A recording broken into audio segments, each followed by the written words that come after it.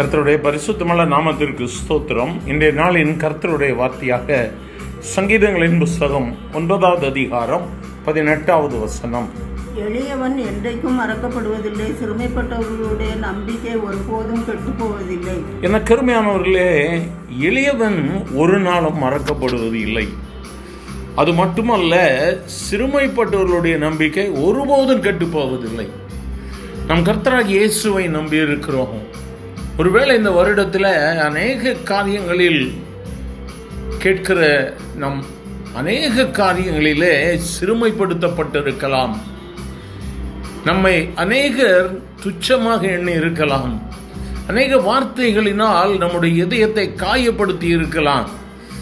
ஆனால் ஒருவேளை அவங்களுக்கு அது சந்தோஷமா இருக்கும். ஆனால் வேதம் சொல்லுகிறது, நம்ம ஆண்டவர் சொல்லுகிறார், நம்முடைய நம்பிக்கை ஒருபோது கெட்டு போவதில்லை. அல்லேலூயா.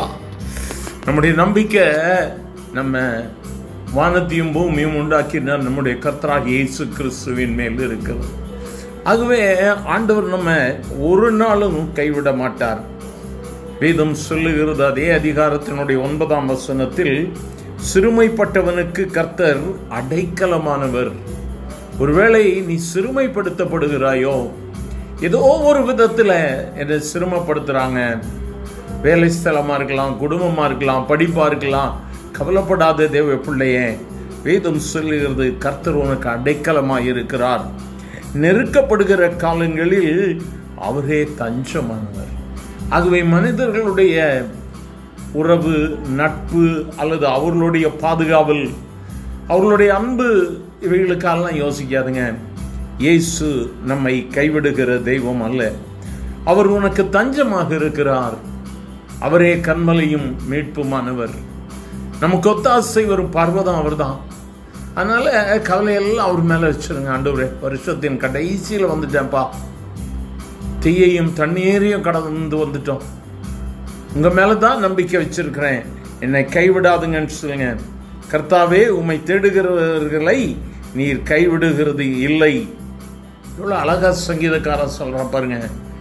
ஆண்டவர் தேடுறவங்க கைவிடப்படுகிறது இல்லை. ஆகவேதான் உம்முடைய நாமத்தை அறிந்தவர்கள் உம்மை நம்பி இருக்கிறார்கள். இயேசு என்கிற நாமத்தை நம்பி அவருடைய நிழலில் வந்திருக்கிறோம்ல, அவர் ஒருபோதும் உங்களை கைவிட மாட்டார். தைரியமா இருங்க. இந்த நாட்களில் ஆண்டவருக்கு நன்றி செலுத்தலாமா? நன்மை ஆண்டவரே, ஆசீர்வதிக்கப்பட்ட நல்ல காலை வேளைக்காய் நன்றியப்பா.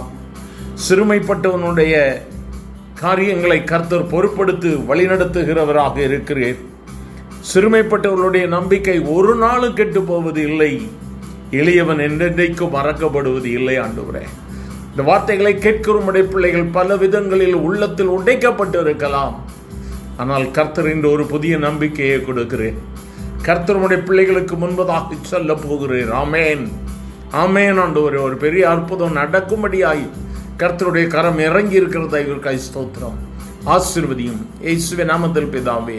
ஆமேன், ஆமேன்.